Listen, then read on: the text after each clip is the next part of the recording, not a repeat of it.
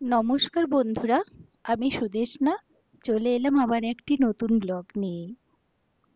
আজকে যেহেতু বিশ্ব পরিবেশ দিবস, তো আমি ঠিক করলাম আমার এই ছোট্ট বনসাইটিকে, এটি একটি রুদ্রপলাশের বনসাই, তো এইটিকে একটি নতুন পটে সাজাবো এবং ওকে খুব সুন্দরভাবে সাজাবো।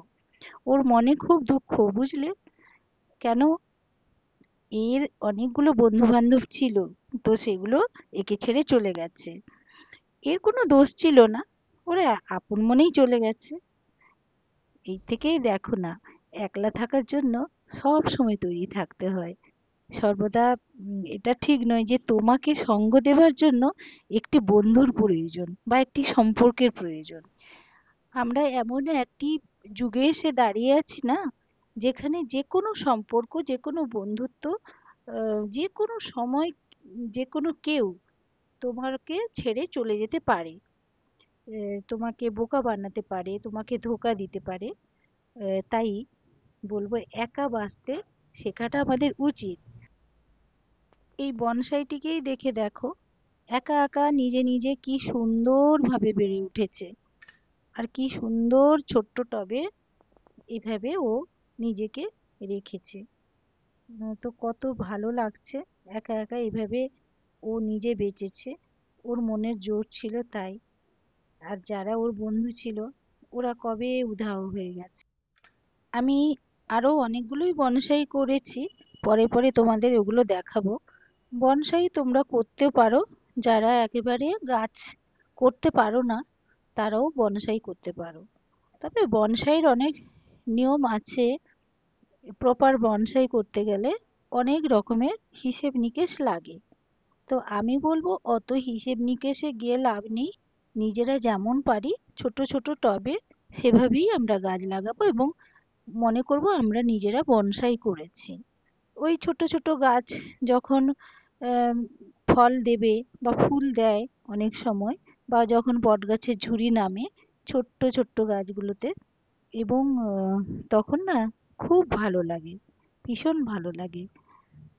আর এই দেখো, কত বড় শেকড় দেখেছো ভেতরে, অনেক বড় শেকড় দেখো। এবং এই মাটিগুলোকে কোনো তো খাবার নেই, এগুলোকে আমি খাবার দেব। আর এই যেই মাটিগুলো, এই যে মাটিগুলো আমি গোবর সার প্লাস হচ্ছে ভার্মি কম্পোস্ট এইগুলো দেব, একটু নিম খোল দেব যাতে পোকামাকড় না লাগে, এবং অ্যালোভেরাও দেব। তো এইগুলো আমি পরিচর্যার মধ্যে রাখবো। আমি যখন গাছ রিপোর্টিং করি, তোমাদের কাছে সবসময় শেয়ার করি যে আমি অ্যালোভেরা দিয়ে কিভাবে গাছগুলো বসাই, বা গাছে ডালে যে ডালগুলো কাটি ওখানে কিভাবে আমি অ্যালোভেরা জেল দিই। তো সেইগুলো তোমাদের সাথে অনেকবারই শেয়ার করেছি, আর এখানে আর শেয়ার করলাম না, একেবারে রিপোর্টিং করেই দিলাম। আর এই রকম ভাবে অল্প অল্প করে মাটি নিয়ে এইভাবে চারদিকে কিন্তু দিয়ে দিতে হবে। যেহেতু একটি বড় টবে ছিল, উঁচু টবে, তো ওই টব থেকে এবং মাটিটিকে আমি হাফ করে আবার বনসাই টবে দিচ্ছি। তাহলে গাছের মাটিটিকে আমাকে হাফ করতে হয়েছে, ওই জন্য অনেকটা উঁচু হয়ে আছে। আর যখন এই উঁচু হয়ে থাকবে, ওর ভেতরে কিন্তু শেকড় রয়েছে, মাটিগুলো ধুয়ে বসে যাবে ভেতরে ভেতরে। এই দেখো কতটা বাকল হয়েছে ওর গায়ে, বুঝতেই পারছো দেখে যে কতটা পুরনো গাছ।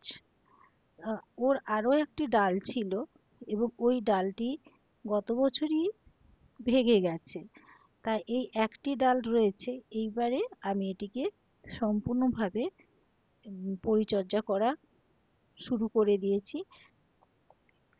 আজকে যেহেতু 5ই জুন, আন্তর্জাতিক পরিবেশ দিবস হিসেবে আমরা পালন করে থাকি, তো তোমরা, আমি অনুরোধ করব তোমরা একটি করে অন্তত গাছ লাগিয়ে ফেলো, এবং তোমার ছোঁয়ায় সেই ছোট্ট গাছটি বিরাজ করুক তোমার ছোট্ট টবের বনসাই হয়ে। আর আমার এত বড় পলাশের অন্তর্নিহিত সত্তা ও পুরো গাছটিকে আমি মুঠোবন্দি করে ফেলেছি আমার অজান্তেই।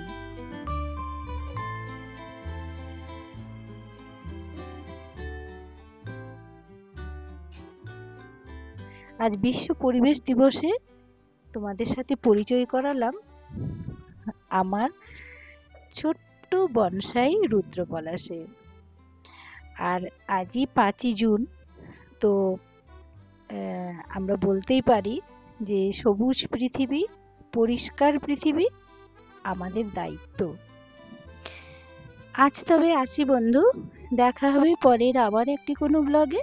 ততক্ষণ তোমরা ভালো থেকো, সুস্থ থেকো এবং সাবধানে থেকো, আর একটি গাছ লাগিয়ে ফেলো। ধন্যবাদ।